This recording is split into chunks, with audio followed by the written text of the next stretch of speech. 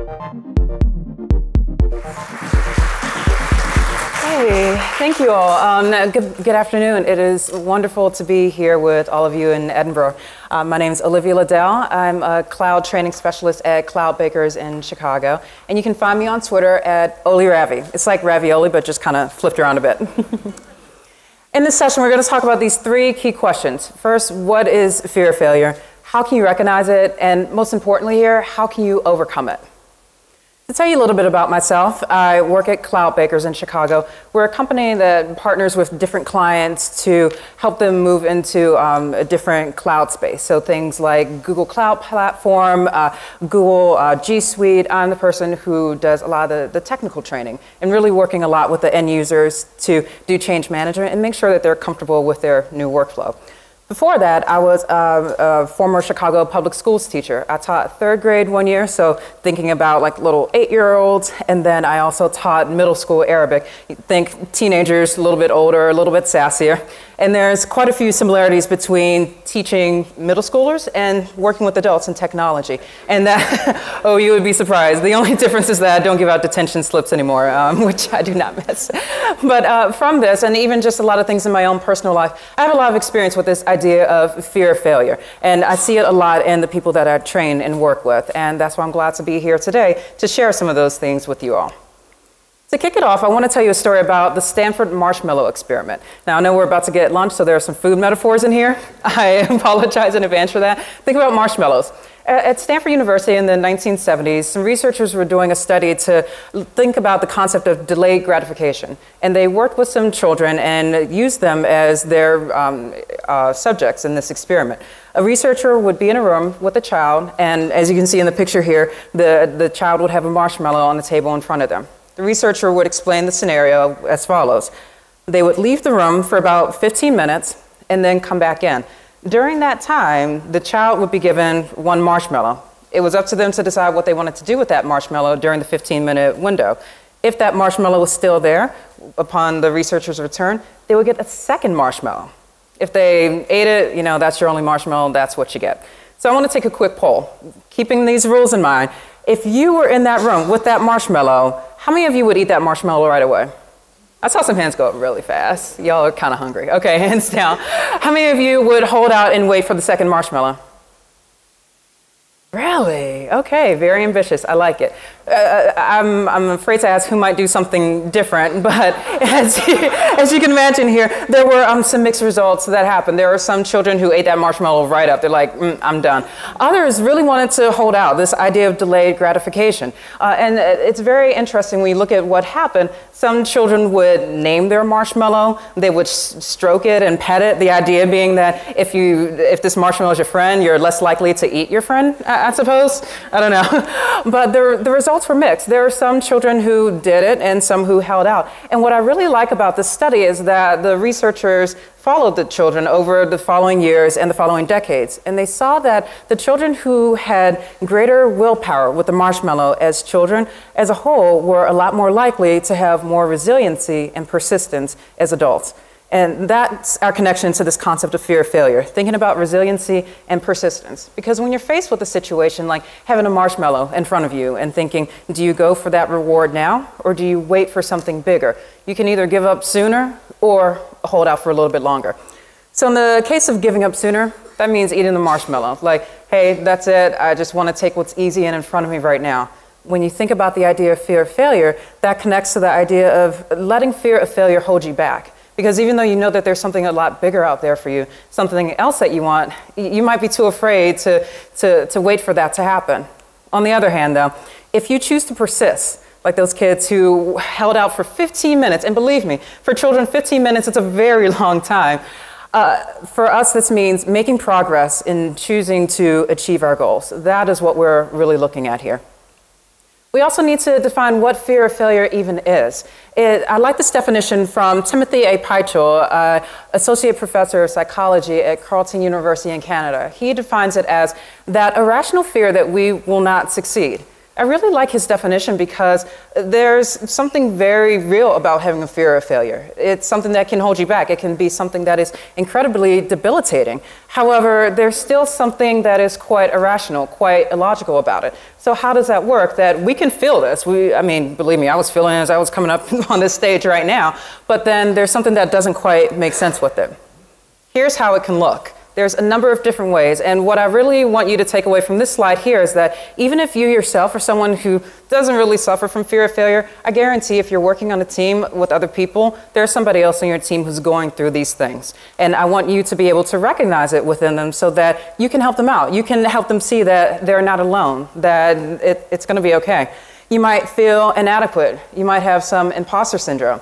So fun story I can tell you very honestly, a few months ago when I got the email from Peter saying, hey Olivia, congratulations, come to Scotland CSS. I thought, I think you sent this to the wrong person. That was my immediate reaction. Imposter syndrome was kicking in right then. And it can make you feel that you don't belong, even though there may be so much evidence to the contrary. In the middle, how many of you have ever procrastinated before? Me too. Yay, I'm in good company.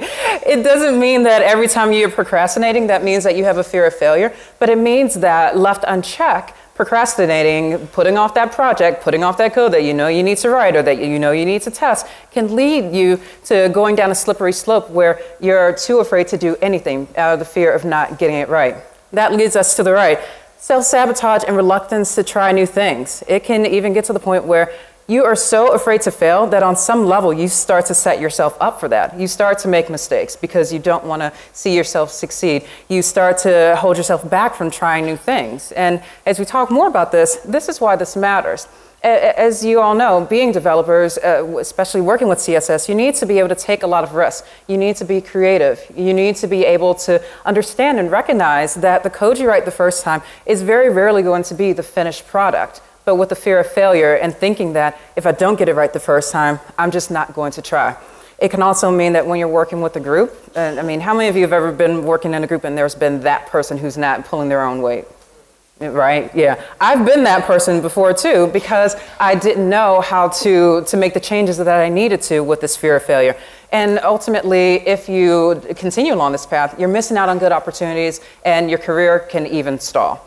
So it's been a lot of negative stuff I've talked about so far. I'm going to flip it and tell you that the first strategy that you can have to overcome this fear of failure is to identify your strengths. The phrase fear of failure is kind of negative when you think about it. There's fear. That's scary. Failure is usually a negative thing. So let's flip it. Identify some strengths. Shout them out. What are some things you're good at? CSS. What else are you good at? We need to talk later. I want to know what that means. Hamburgers. What other strengths do you have? Own them. Seriously. Musician. Okay. So thinking about what it is that you're good at, this is one of the first things that you can do to flip back that fear of failure because it helps you to remind yourself that, yeah, you are good at things. You are capable. You have abilities that you may not be thinking of in that moment. So to illustrate this, I want to tell you a story of a time when I had to learn this lesson. To do this, we're going to go a little bit back in time to the 90s, right? Long ago in the dark days before Netflix, we had Blockbuster Video. It was a magical place. You could go there, rent videos, and the Blockbuster Videos in my town where I grew up, they had these different video game tournaments that happened every summer. I have an older brother. He's 2 years older than me, and as a kid growing up, I wanted to do everything my big brother did. He played video games, so did I, and every summer my mom would take us to Blockbuster and we would compete. Now, as a 8, 9-year-old girl, that was my first time seeing that I could often be in a room where there was no one else in the room who looked like me. It was a room filled with all guys. And to the point where as an 8, 9-year-old, I showed up one time and this teenage boy said to me like, oh, are you here to cheer on your big brother? And I looked at him dead in the eye and said, no, I'm here to win. And I beat him. And I got my little free rental coupon. I was so proud of myself too. But see, the thing is, I knew that I belonged in that room because I put the time in, I put the hours in to practice. I was amazing, I still am, but was at video games. And here's the game that I played, Street Fighter II Turbo. This character right here is Chun-Li. Chun-Li was my go-to character. She would stand around, just kick people everywhere. Like in this game, you've got different characters with special moves. I could beat anyone as Chun-Li any day. One day though, I went in to ask my brother, hey Reggie, you want to play some Street Fighter? And he just said, nah, not today, I'm good. I'm thinking, why? What's up? We always play. And after a while of me asking him, he said, well, Livy, that's his nickname for me. He said, you only ever play as Chun-Li, so it's really boring and I don't want to play with you. And that's when I realized that as amazing as I was as Chun-Li, I was actually afraid to play as any other character in the game because I knew that if I did, I was going to fail. I'd spent all my time being Chun-Li. I didn't know how to play as anybody else. But in that moment, I was faced with a choice to make. I could either keep playing as Chun-Li, but play against the computer, which if any of you play video games, you know it's kind of boring after a while. You don't get to trash talk the computer. Even as a 9-year-old, I was all about that. But then I made the choice that I wanted to go through the effort that it would take to learn how to play as different characters. And that's what I did. I started by adding in Ryu. Ryu is amazing because he had a fireball. Chun-Li did not have a fireball. She just stood around kicking everybody. And with Ryu, I was able to learn about how to do combat from on the other side of the screen, whereas with Chun-Li, she had to be very close to them. It was difficult at first because I didn't know how to do that fireball move. I was failing. I was still afraid, but I knew that there was a much bigger reward coming. I also added in Vega. Vega was really cool. He had this move where he would climb up onto a fence, crawl along the fence, and then jump and do a sneak attack. Again, Chun-Li just kind of standing there kicking, could not do that. So it was tough for me. It was very, very difficult. And all the while, my brother is laughing at me like, ha ha, you're losing. And I'm thinking, I'm going to get you one day. And I did. But here's the really surprising thing that came out of this that I did not expect. The more that I played as Ryu, the more that I played as Vega, the better that I became when I went back and played as Chun-Li. Because all the while, I was afraid that if I gave up Chun-Li, that was me stepping away from what I was really good at. And it was actually quite the opposite. By learning how to play as different characters, by adding in their tools to my skill set, it was strengthening my core. And it's the exact same thing in your professional life as well, as you're working within CSS, as you're thinking about what additional tools you want to bring in. So I would revise this a bit to say, you want to identify your current strengths and also begin to develop new ones. Because learning new things does not take away from anything that you already have or possess. To the contrary, it makes you an even better player, an even better developer at what you're doing. One strategy that I would give, if you're finding yourself kind of stuck and thinking, well, I don't know what I'm good at, I would encourage you to do something called the Reflected Best Self exercise. It's essentially a way that you get other people to write you a letter of recommendation about yourself. So choose a couple of people. Ideally, you'll know them from different parts of your personal professional career and ask them to fill in this blank. I'm at my best when I ...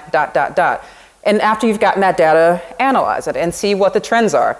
You can use that information to compose your self-portrait. Don't worry, you don't have to draw anything. It's more of like a metaphor. And then even use that information to realize what you're good at and redesign what you're doing at your job.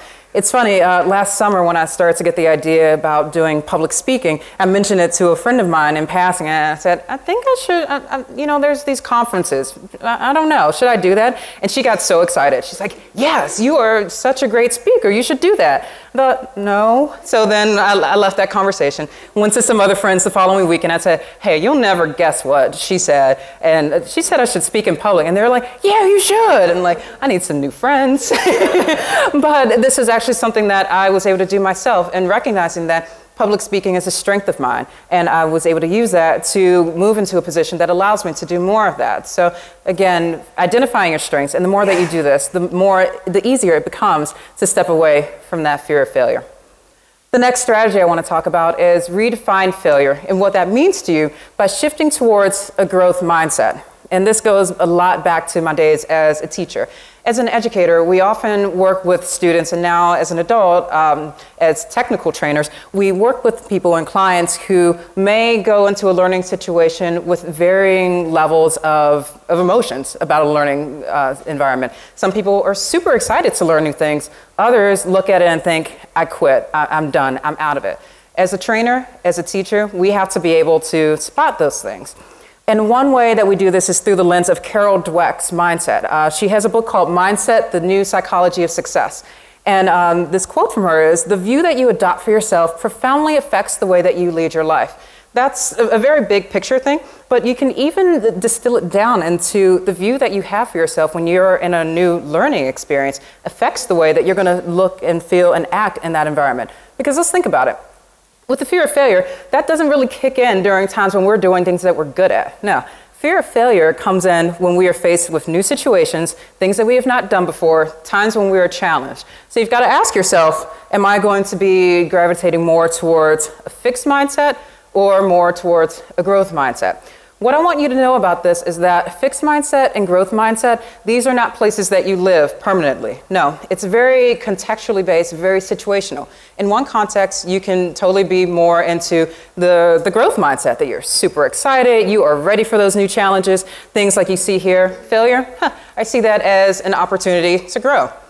On the other hand, if you are in a situation that's putting you in more of a fixed mindset, that's where fear of failure lives. That's where you see things like what's written up on the screen, like failure is the limit of my abilities, or things that you just don't know. Actually, as I was on my way up here this morning, my Uber driver taught me a Scottish phrase that I hopefully will not butcher right now, but he said, I can den. Did I say that right? That, yeah, thank you. I was trying, I didn't can, I think I switched it, or I just don't know. Yeah, and that's what this looks like. So when you think about this, a growth mindset versus a fixed mindset, how can you shift more towards the growth mindset? What can you do? As a teacher, I'm very much into this idea of metacognition, not just doing something, but constantly being reflective, always thinking about what it is that you're doing, how you know what you're doing, and why. So you can reflect on a specific time when there's something in which you previously failed or gave up. And for that situation, start by thinking, what is something that you did well? Even if it was something like saying, hey, I put in that semicolon where that semicolon needs to be, you did that well, and you should give yourself praise for that. I know it sounds ridiculous, right? But the point here is that you want to move your mindset away from thinking about the things you cannot do, the things that you can never do correctly, and remind yourself that, yes, even when it comes down to those basics, you're good at things. And you want to continue reflecting by asking yourself, what would you consider doing differently? You don't want to look at a past failure and think, I failed, end of story, game over. If you could go back in time and change it, what would you do? Now, to demonstrate this, I have an activity as we're wrapping up here. It's a fun little activity, and I want to get your reaction as to how you feel about what we're going to do. So on the next slide, I'm going to show you what this activity is, and I want to get your reaction. You're going to show me a thumbs up if you're feeling in a growth mindset for this activity. Thumbs down if you're in more of a fixed mindset, thumbs sideways if you're in the middle. Okay. This is not what it is. This is just a trick question. This is where, so breaking tasks down into smaller pieces, that's the next strategy. Here's what we're doing. How do we feel about this? Oh, this is fun. I heard that groan like, All right, hands down. I'm seeing some mixed reactions here. Some of you are thinking, when is it lunchtime again? But I'm putting this in here because, you know, we talked about play to your strengths. One of my strengths is that I can do this. This is like the magic trick that I pull out at parties. Some people have cards. I can teach people how to read Arabic in 2 minutes as a former language teacher. And I put this in here because I want to give you an example of something that is out of your comfort zone, something where you may be going into this with a fixed mindset and seeing how if you break things down into smaller pieces, it'll help you shift more towards growth. Okay, here we go. Okay, so at the top here, this is the first letter of the Arabic alphabet that we're going to look at. It's the same letter, but it's written twice, 2 different ways. What does this look like to you when you look at it? It looks like an L. What else does it look like? I heard someone say an I. So anytime you see the letter that looks like an L or an I, it's going to make the ah sound. So again, L or I makes what sound? Got it. Okay, the next letter, what does this look like to you? A boat, yeah, kind of like a little scoopy thing right there. And how many dots do you see in each iteration of the letter? 1. There's 1 dot on the bottom, so this makes the B sound. It's that simple. So again, L or I at the top makes the ah sound. The little boat with the dot on the bottom makes what sound? Okay, there's one last thing you need to know about Arabic. It is written and read from right to left. So which side are you going to start on? The right. This is so confusing right now. I got that right. Okay, good. So what does that say? And why is it ab? Because it's read from right to left. You have your ah and your ba. That's father. Just as simple as that, you are reading a word in Arabic when you didn't know it before. Here's another one. What does that say? Say it again. I'm hearing some of you say "buh" first, which is correct, and then what comes next?